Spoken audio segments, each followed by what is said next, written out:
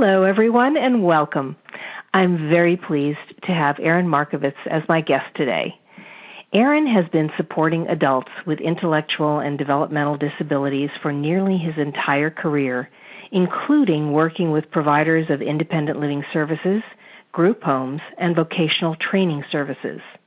He spent 14 years at Kern Regional Center as a service coordinator and project director, focusing on increasing employment opportunities and assistive technology for the clients. Most recently, Aaron serves as the program director for the Taft College Transition to Independent Living program. He is married to Raquel and has a daughter in middle school. For fun, he enjoys watching professional baseball, the LA Dodgers, professional football, the LA Rams, and playing fantasy football. Welcome, Aaron, and thank you so much for joining me today to discuss your terrific program and the services it offers. Oh, thanks, Gilda. I appreciate you having me on and looking forward to our conversation. Yes, me too. And by the way, I think you let everyone in on where you actually live by your by your sports preferences. But yeah, it might be a little Southern California bias there, but who's yeah. Who's to say? Well, that's okay. That's okay. We'll forgive you for that. All right. Well, to begin, if you could please describe the Taft College program and what distinguishes it from other residential programs. Yeah, so the Taft College TIL program is designed to train students with intellectual disabilities or developmental disabilities to live independently. And it's located on a community college campus in the state of California. And so we're actually the only program located on a community college campus in the state. And there's only 3 other post-secondary programs in our state that have a residential component like we do. And we were the first program of the type that began operation in 1995. Wow. So you guys have been around a long time. We have. And obviously, it sounds to me like what you offer is pretty unique. If there's only, say, a total of 3 residential programs in all of California of this type? Yeah, I think it is still fairly unique, although, there have been a few programs that have sprouted up across the country that focus on independent living skills training.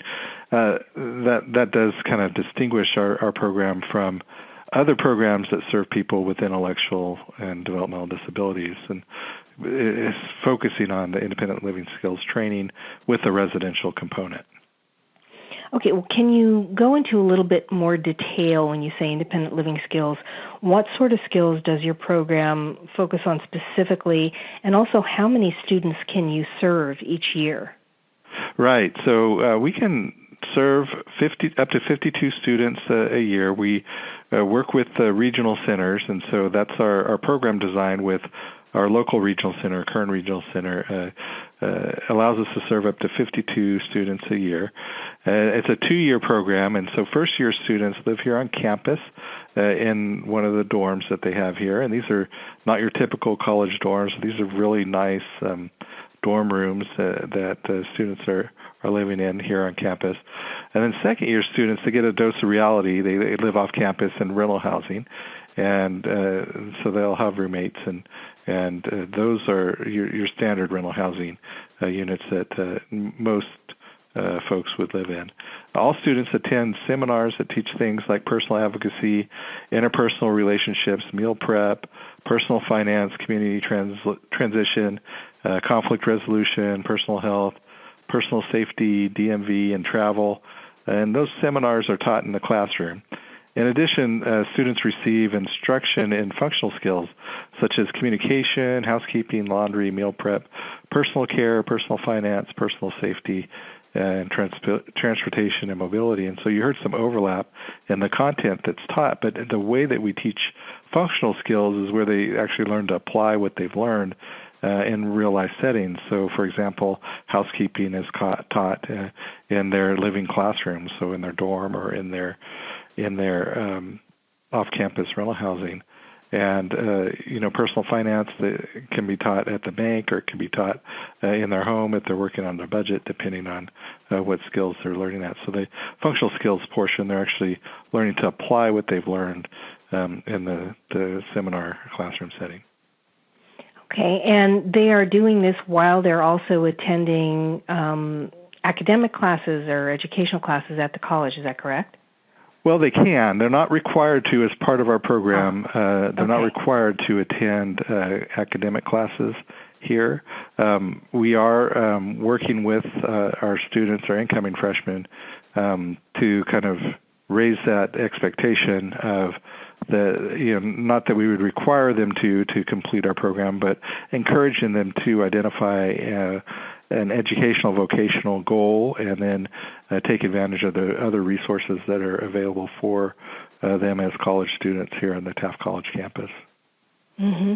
Well, and I understand that being on a community college campus, unlike a four-year university, there are no minimum progress requirements. So that would, I would imagine, play into that very nicely, where they wouldn't be required to carry a full academic load in addition to going through your program and all of the things that they would be learning with your program. They could just take one class, let's say, at a time. And if they wanted to take a semester off, they could take the semester off. So it would kind of be something where they could go at their own pace and also focus on things that really interest them. Would that be correct? Yeah, to a certain extent. It depends on what their educational goal is. The state has made some changes in regards to expectations of community colleges and how long students remain on campus if they are pursuing a transfer or a degree. And so that if a student is interested in transferring to a 4-year or pursuing a 2-year degree, then there are some time constraints on community colleges that we're encouraging students to follow. But if they're pursuing like a certificate or they're just taking some classes for personal growth, which is still a possibility on a community college campus, then you're absolutely right. There's a little bit more flexibility here on a community college campus than there would be in a traditional 4-year setting. Mm-hmm. And just out of curiosity, do you happen to know what those time constraints are if they were to be pursuing, let's say, an AA degree?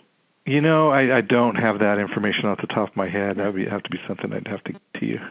I was just curious. So then tell me, what sort of qualifications are necessary in order for a student to participate in your program? And also, are there scholarships or other types of financial aid available for those who can't afford to pay for their portion of the fees? Because I know you mentioned you work through the regional center, so I would imagine the regional center absorbs a portion of the cost, but then the student also has to pay something as well.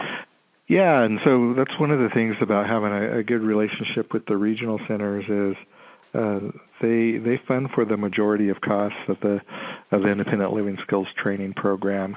So that is one of the requirements is students need to be eligible for the regional center system in the state.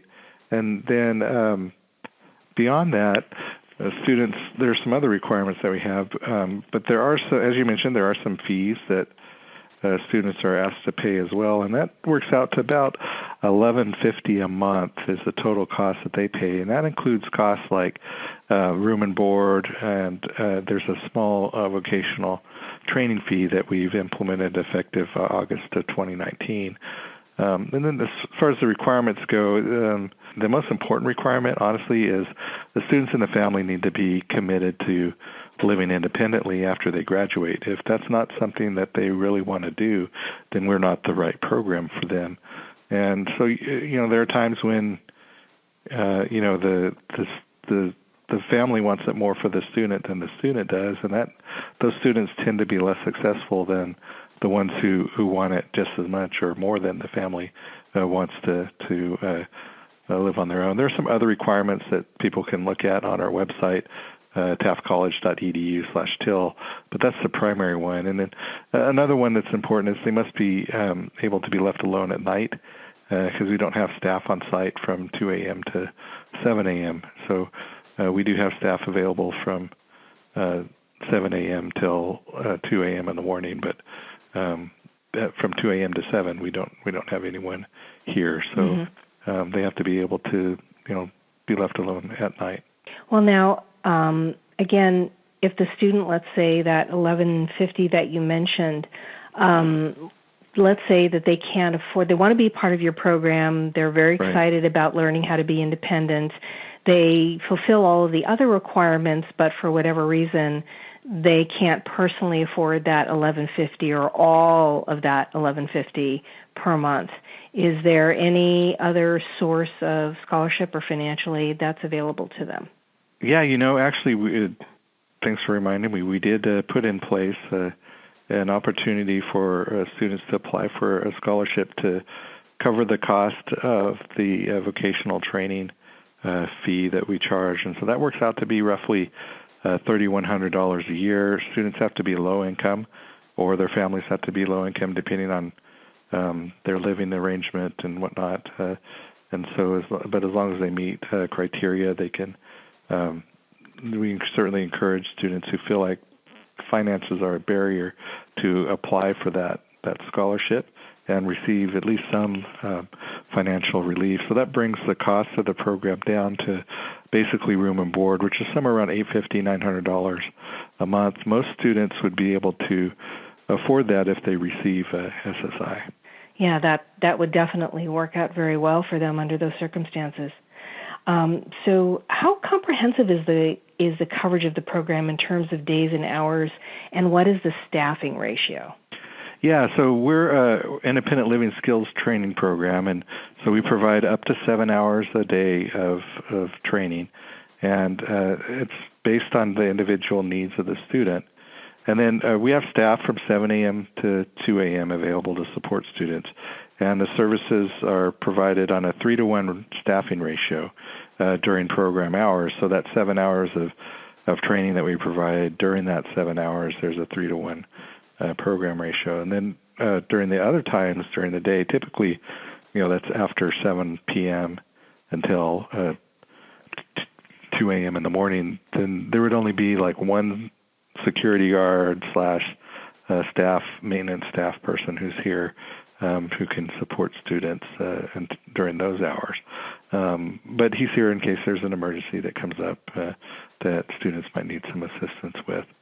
And then we also have on-call staff available to help problem solve emergencies that arise.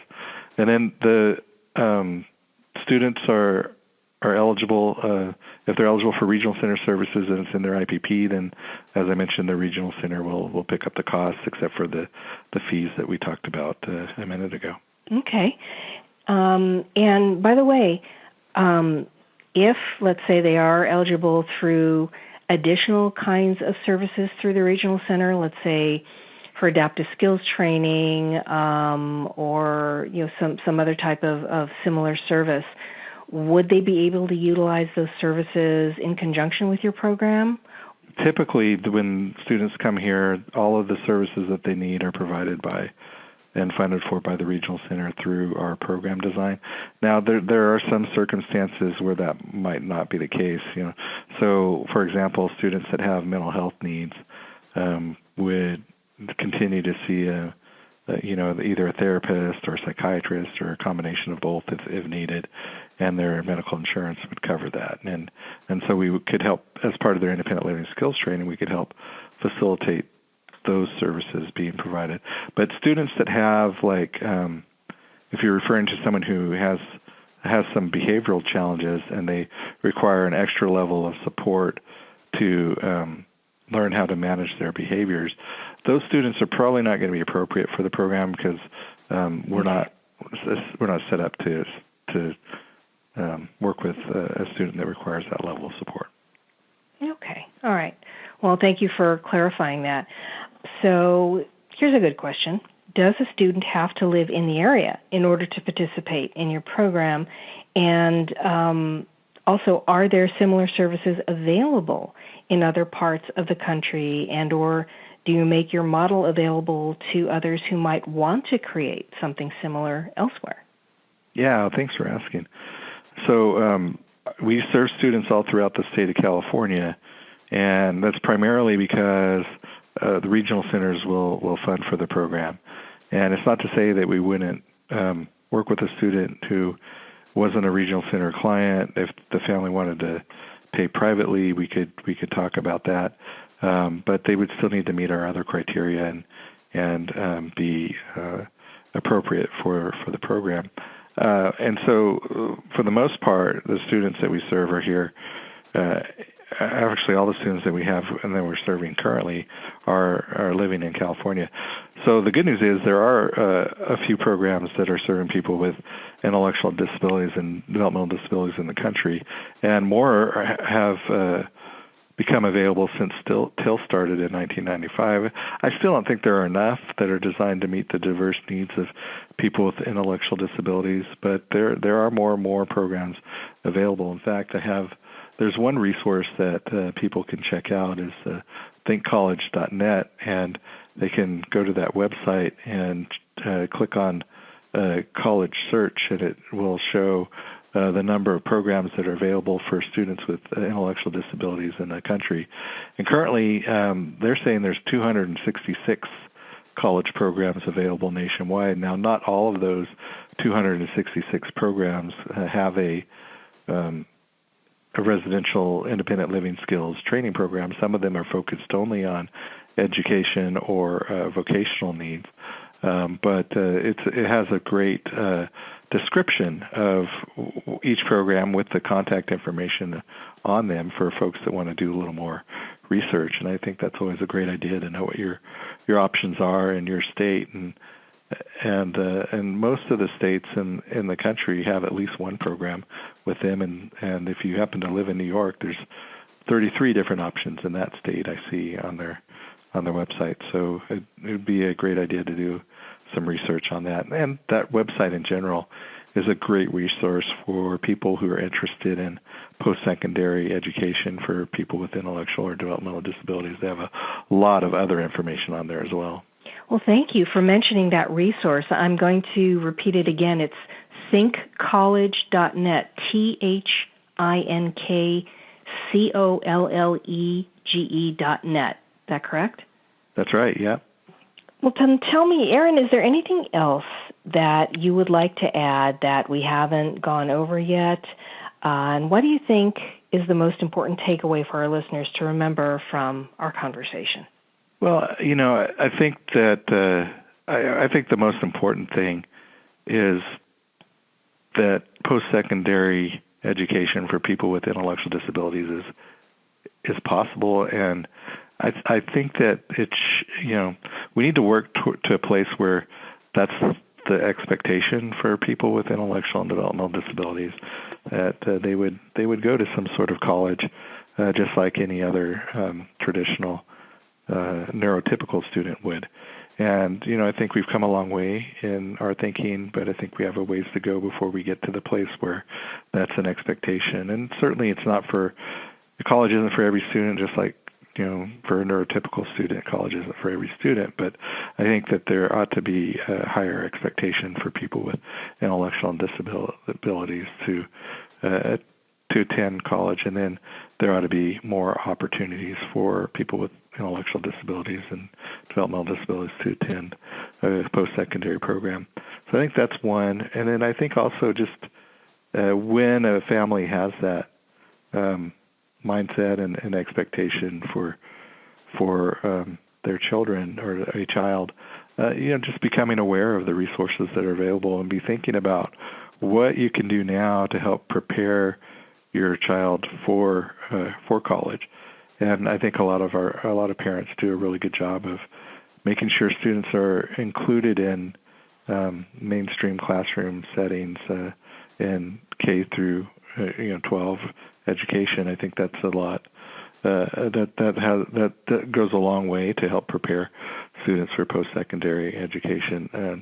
But I also think the independent living skills side of things is important to emphasize too. If someone is able to do something for themselves, then figure out a way to help them learn and take responsibility for doing that to the degree that they're able to while they live at home. I agree with you 100%, Aaron. Thank you for making those points. And I think the goal should always be for our young people to be able to live as independently as they possibly can. So, yes, I absolutely 100% agree with you on that. So tell me, how can our listeners reach you if they have questions or they want to know more? Sure. So probably the best way to reach me would be through email. And my email address is amarkovits@taftcollege.edu. And I'd be happy to connect with folks. We have worked with people in the past that have been interested in developing similar programs in other areas. So that is something that we are able to do. And, if we can support someone else who has, aspirations of starting something, we'd like to do what we can to help make that happen.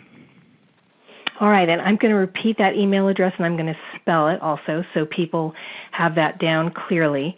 That's amarkovits@taftcollege.edu, AMARKOVITS at Taft College, TAFTCOLLEGE.edu. Is that right? That's right. Thanks. All right. All right. Very good. So I want to thank you very much, Aaron, for your time and for the great information that you've shared here today with us. Hey, it's my pleasure. Thanks for having me on today.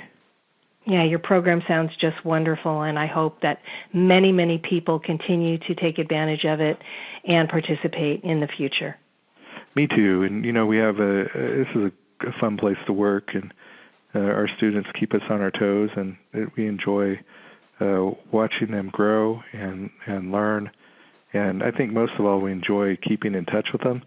We follow our students 10 years after they graduate, and just to see how they're doing and to learn things that we can do better and to help prepare them for life. And we've started doing some reunions with students too, and so it's been neat for me, since I'm relatively new in the position, to meet some of our graduates in the community who are doing so well, and to see the different types of jobs they have and different places they live, and it's just been it's a lot of fun. Wow, that's fantastic. And how nice that you continue to follow them even after they graduate and continue to follow their successes. That must be very, very fulfilling. Yeah, we really do measure our success as a program by how well our graduates do, and part of how we measure that is through surveys that we do with our grads to actually see how they're doing. And like I said, we use that information to sometimes we learn things about what we've taught and how we've taught it that maybe we need to change to help prepare them better. Well said. Well, thank you again, Aaron. And I also wanted to thank our listeners for spending a part of their day with us. I'm Gilda Evans, reminding you to take care of yourself and that special person in your life.